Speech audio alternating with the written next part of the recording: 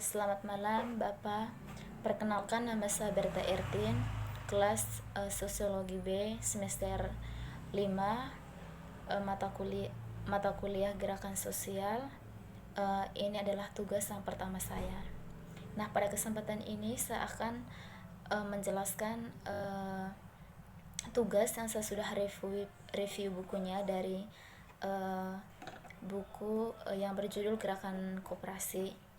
Gerakan Koperasi ini adalah ditulis oleh seorang yang bernama Richard C. Williams.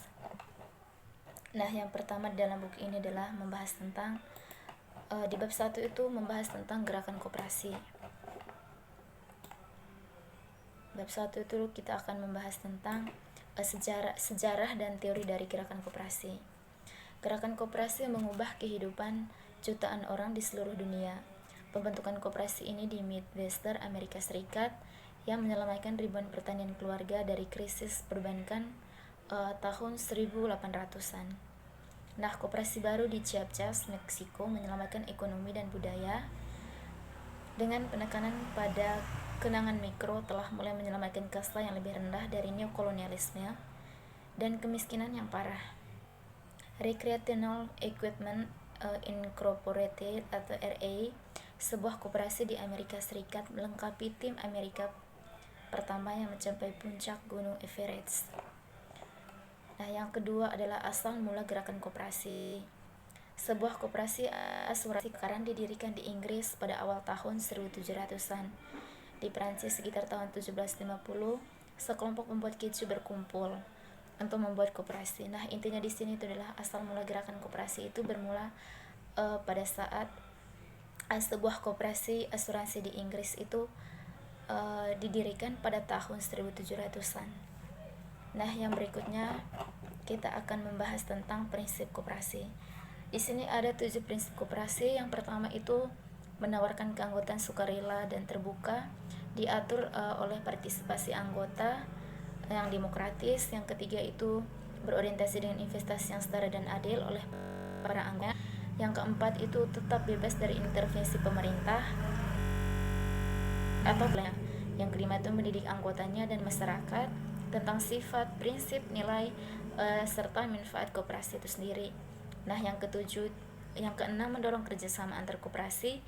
Nah, dan yang ketujuh adalah melindungi lingkungan dan kontribusi pada pembangunan masyarakat yang berlanjutan.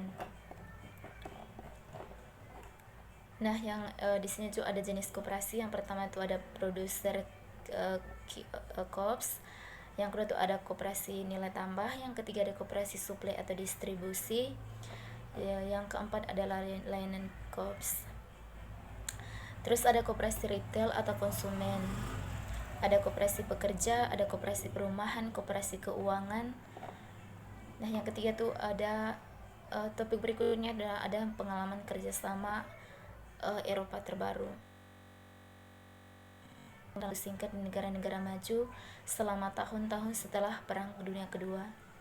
Negara-negara Eropa Timur mengikuti organisasi koperasi Soviet dengan pengaruh pemerintah yang besar, semuanya kecuali Yugoslavia yang mendeklarasikan kemerdekaannya dari model tersebut dengan mendorong manajemen mandiri pekerja sebagai tujuan untuk semua perusahaannya. Di sini juga ada tentang kebijakan moneter. Nah, kebijakan moneter di situ di mana ini menurunkan skala pembayaran dari pembayaran real dari serikat pekerja, terus bernegosiasi, tetapi mereka cenderung membatasi pengaruhnya pada masalah asuransi pengangguran, rencana pensiun, pelatihan kerja dan mekanisme untuk menyerap ketidakpuasan pekerja yang meningkat. Koperasi di beberapa negara Eropa perorangan. Yang pertama itu di Britania Raya. Nah, di Britania Raya ini sekitar pada abad pergantian abad ke-20 terdapat lebih dari 2000 koperasi yang mewakili banyak sektor ekonomi Inggris. Yang kedua itu ada di Prancis. Nah, di Prancis ini sekitar pada Juni 2005, Prancis memiliki lebih dari 3.500 koperasi pertanian dengan sekitar 13.500 anggota. Nah, yang ketiga itu di Italia. Jantung dari gerakan koperasi di Italia adalah Lega Coop. Liga Koperasi dimulai pada tahun 1808 di wilayah administratif utara Emilia Romagna, wilayah yang dianggap sebagai benteng kaum progresif meskipun merupakan salah satu bagian terkaya di Italia. Ada koperasi konsumen di Amerika Serikat. Nah, koperasi konsumen pertama di Amerika Serikat adalah New England Protective Union di Boston. Yang berikutnya adalah ada koperasi pekerja atau produsen di Amerika Serikat. Sekitar pada tahun 1791, sekelompok tukang kayu di Philadelphia membentuk koperasi pekerja pertama di Amerika Serikat. Ada koperasi keuangan. Nah, koperasi keuangan, gerakan koperasi kredit internasional, gerakan serikat kredit, selalu bersifat internasional. Ada Bank Koperasi Nasional di Amerika Serikat. Koperasi layanan di Amerika Serikat atau The Day Lights Went On. Selama 4 dekade pertama abad ke-20, listrik tersedia di hampir seluruh Amerika Serikat, hampir semua.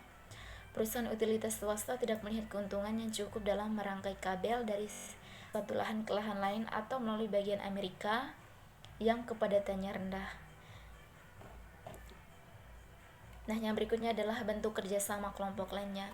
Selain apa yang kita sebut koperasi sejati yang diorganisir menurut prinsip Rockdale, bentuk kerjasama kelompok lainnya berkisar dari asosiasi pengembalaan ternak yang berbagi lahan pengembalaan hingga perusahaan milik pekerja. Ada kerangka hukum di Amerika Serikat. Dari waktu ke waktu, kapitalisme yang tidak dibatasi oleh hukum atau badan pengatur pemerintah menunjukkan kecenderungan untuk membentuk monopoli memonopoli yang besar. Nah, bab 2 adalah tentang membandingkan kerjasama, persaingan dan upaya individu. Di sini ada 3 mode pencapaian. Yang pertama itu ada kompetisi, yang kedua ada kerjasama, nah yang ketiga ada upaya individu, yang keempat sampai di upaya individu.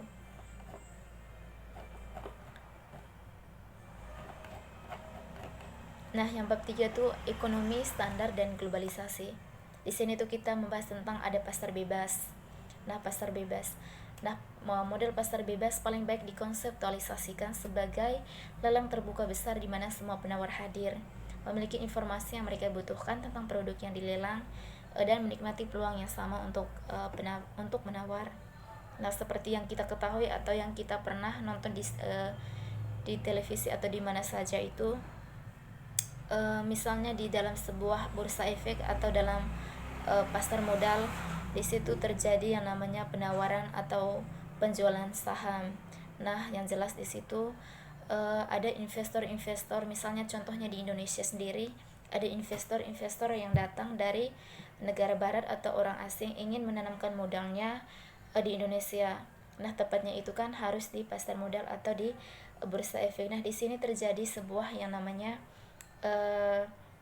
tawar menawar ya, Mas. Di sini orang itu memberikan kesempatan yang besar terhadap siapa saja yang melakukan penanaman modalnya atau memberikan investasi kepada misalnya kepada orang yang misalnya kepada orang lokal ya, contohnya orang Indonesia begitu. Di sini juga ada tentang model ekonomi standar. Model ekonomi standar ini adalah pada dasarnya adalah di sini model gabungan asumsi baru dan lebih spesifiknya itu adalah pertumbuhannya itu diukur dari PDB atau produk domestik bruto yang akan bertujuan untuk mengurangi kemiskinan. Yang kedua itu ada perdagangan antar dua negara sepenuhnya simetris simultan. Yang ketiga itu perdagangan global terbuka atau perdagangan bebas, menghasilkan lapangan kerja dan meningkatkan semua pendapatan.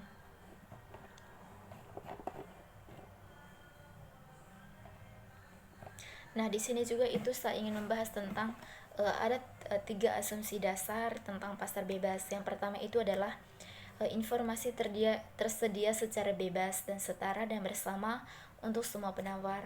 Yang kedua itu semua pembeli memiliki kesempatan yang sama untuk menawar di pasar. Dan yang ketiga, jika tidak dibatasi oleh kontrol pemerintah atau perusahaan, pasar akan menyebabkan ekonomi tumbuh. Nah, yang berikutnya bab 4 itu ada yang namanya kerjasama dan keuangan mikro di Asia Tenggara dan Oceania. Muhammad Yunus baru harus di sini juga transformasi struktur penindasan dengan membantu orang miskin memahami bahwa menjadi mayoritas di negara berkembang, kekuatan untuk perubahan sosial selalu ada di tangan mereka. Di sini ada yang di sini tuh melahirkan sebuah yang namanya tantangan. Sebuah lembaga keuangan kredit mikro masih perlu menciptakan lebih banyak produk keuangan yang sesuai dengan kelompok sasaran mereka untuk memasukkan lebih banyak orang dari 10% bawah. Nah, topik berikutnya itu ada perbankan mikro. Nah, upaya terobosan untuk melayani orang dan usaha kecil yang tidak memperoleh pinjaman untuk memulai usaha baru atau untuk mempertahankan usahanya yang sudah ada, dimulai dengan dari Bank Indonesia itu sekitar pada tahun 1992. Perkembangan kooperasi di Asia Tenggara sendiri itu tentunya adalah Grameen Bank of Bangladesh dengan modal kelompok perempuan desa untuk meminjam, menabung, dan berbagi keluarga. Nah, bab 5 itu adalah gerakan kooperasi di India. Masyarakat sipil di India telah melalui sejumlah fase selama beberapa abad terakhir sebelum invasi Inggris pada akhir 1700-an. Masyarakat sipil tidak lebih dari mengumpulkan makanan untuk orang miskin dan mendistribusikan pakaian lama. Nah, fase pemberian sedekah, masyarakat sipil tunduk pada keinginan gubernur mahkota. Budaya lokal juga terutama di selatan dan barat di mana perdagangan. Nah, kita lanjut yang ke bab 6 ada Mondragon Basque, pengalaman kerjasama. Terletak di antara pegunungan tinggi di barat Pirane di utara tengah Spanyol dan tumpah ke pantai berbatu di Teluk Bisakia, terdapat tanah yang dikenal sebagai Basque Country. Orang Spanyol masih menyebut daerah ini sebagai País Vasco. Meskipun bagi sebagian besar penduduk asli daerah tersebut itu akan selalu menjadi Euskal Herria. Istilah yang lebih umum, Euskadi diciptakan oleh kaum nasionalis menjelang akhir tahun 1800-an. Orang Basque menikmati ukuran kebebasan dari pemerintah Spanyol dan memiliki bentuk demokrasi partisipatif. Mereka sendiri merupakan Basque Euskara, sangat berbeda dari bahasa Indo-Eropa lainnya, sehingga asal-usulnya masih belum diketahui oleh ahli bahasa.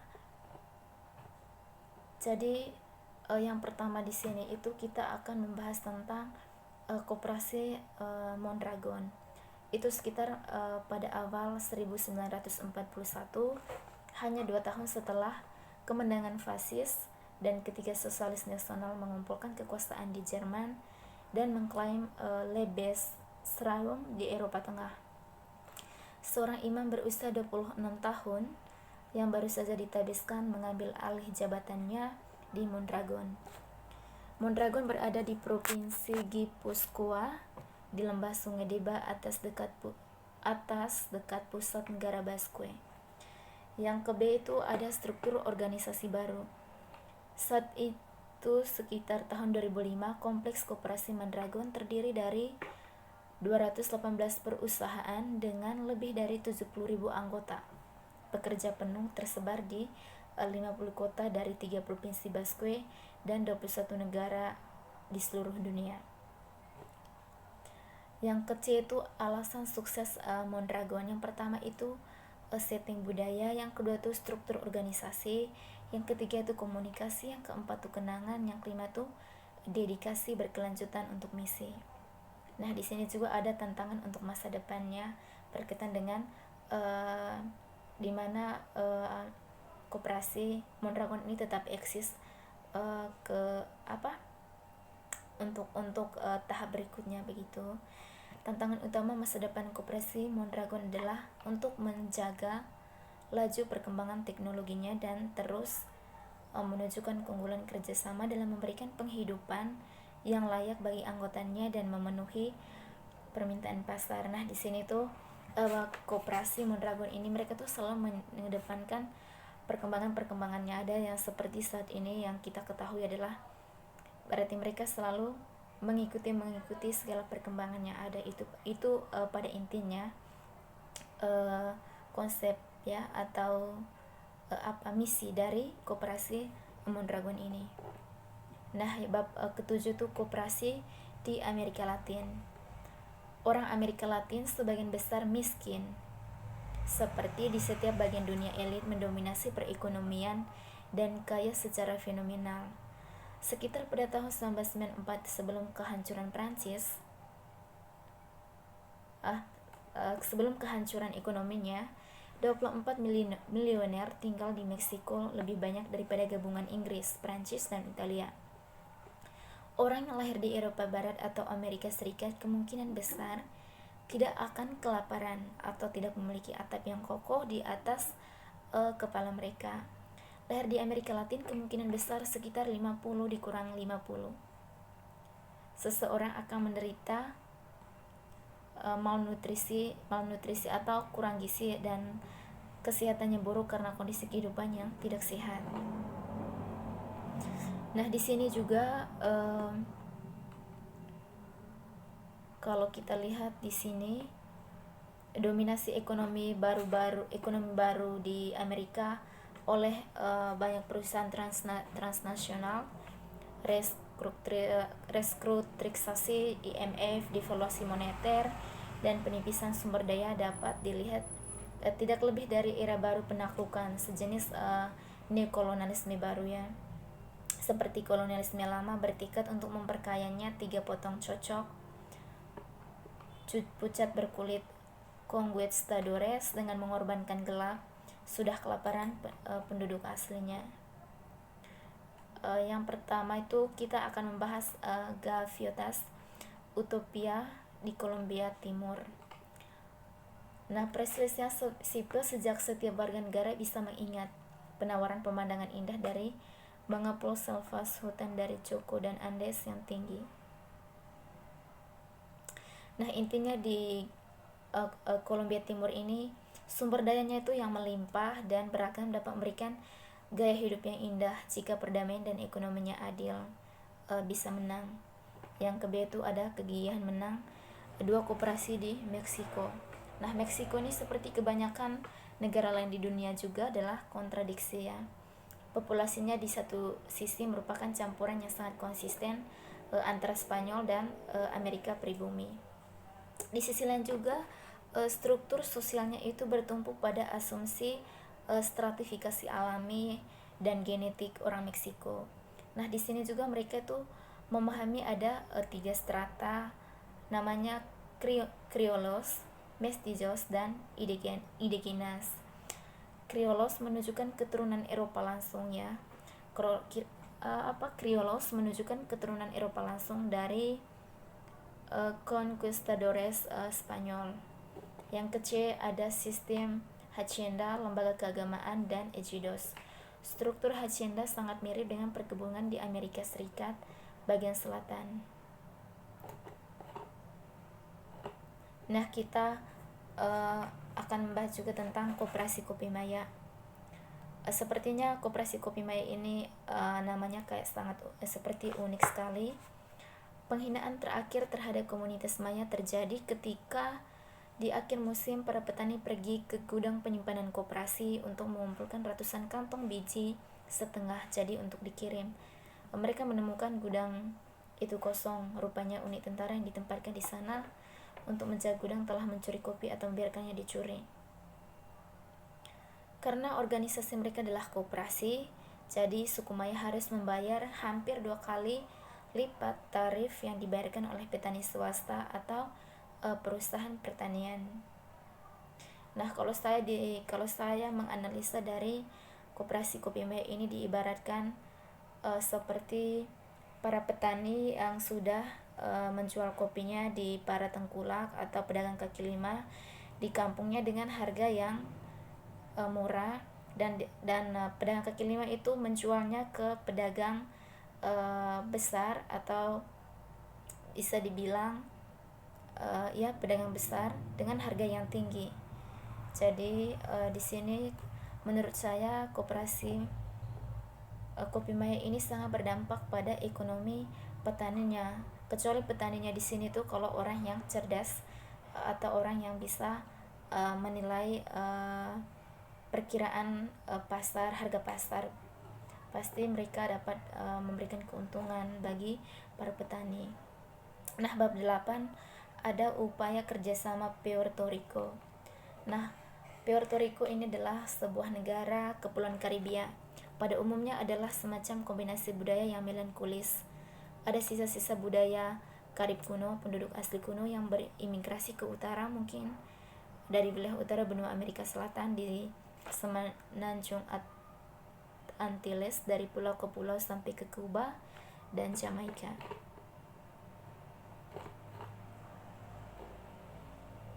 Nah, koperasi di Puerto Rico ini adalah dia ini memiliki keunikan dalam beberapa hal. Pada tahun 1500-an, Puerto Rico mendirikan satu-satunya departemen pemerintahan di dunia dengan misi tunggal untuk mendorong dan mendukung pembentukan koperasi. Nah, bab 9 itu apa yang membuat kerjasama bekerja.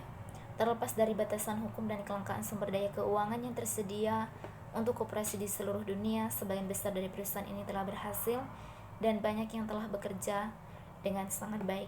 Terlepas dari banyaknya jumlah dan ragam pengaturan budaya, anggota koperasi melaporkan perasaan dan sikap yang sangat mirip tentang pengalaman mereka dengan koperasi. Mengapa di sini juga kita akan berbicara tentang kira-kira mengapa koperasi itu bisa gagal. Nah, yang pertama itu ada alasan-alasan yang mendasar. Yang pertama itu di sini dijelaskan bahwa pemilihan direkturnya itu yang buruk, terutama mereka yang gagal untuk mendukung koperasi mereka. Nah, pemilihan direktur yang buruk ini bisa dikatakan ketua atau pemimpin dari sebuah koperasi itu kurang kompeten atau kurang bisa mengayomi semua anggota yang ada di koperasi tersebut. Nah, yang kedua tuh anggota yang bergabung tetapi tidak pernah menggunakan koperasi mereka dan memotongnya untuk keuntungan kecil di tempat lain.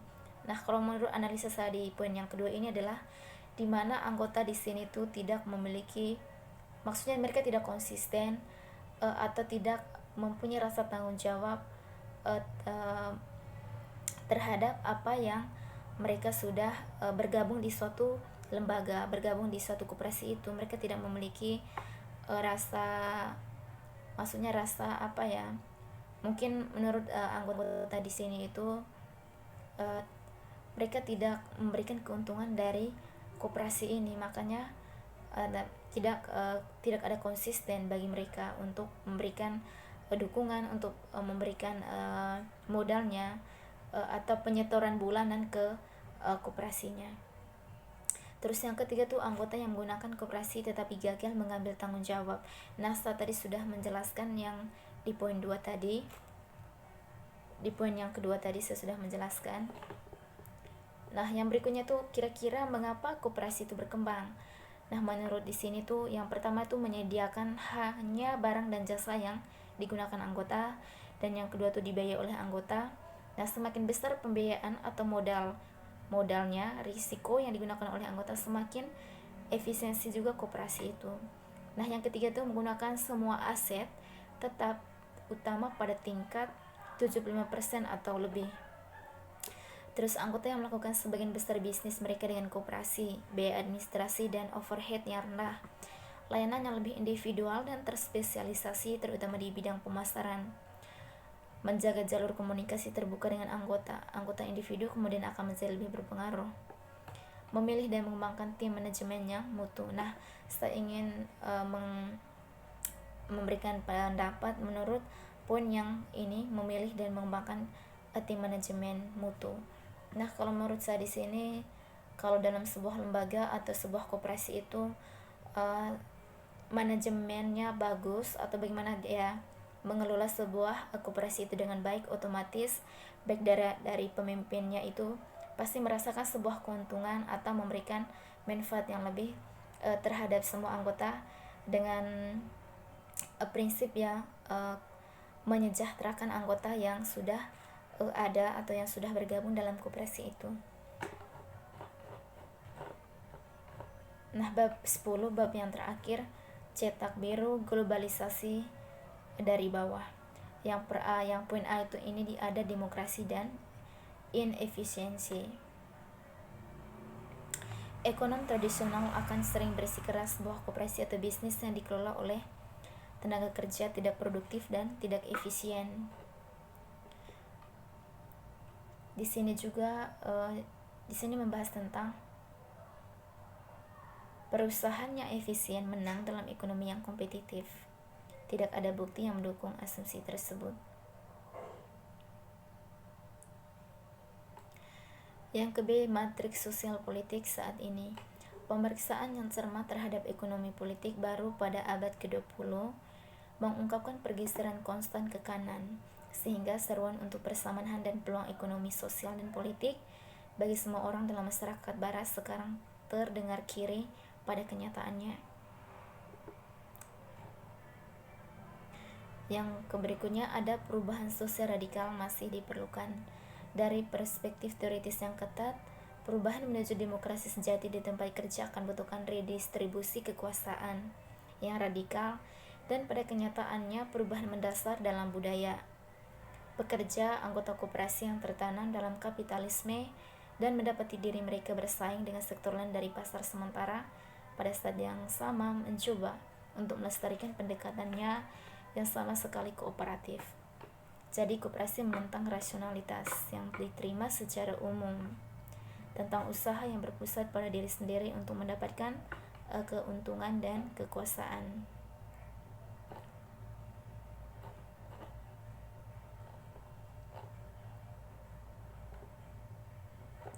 Nah, di sini juga ada tingkat lokal dan nasional tentang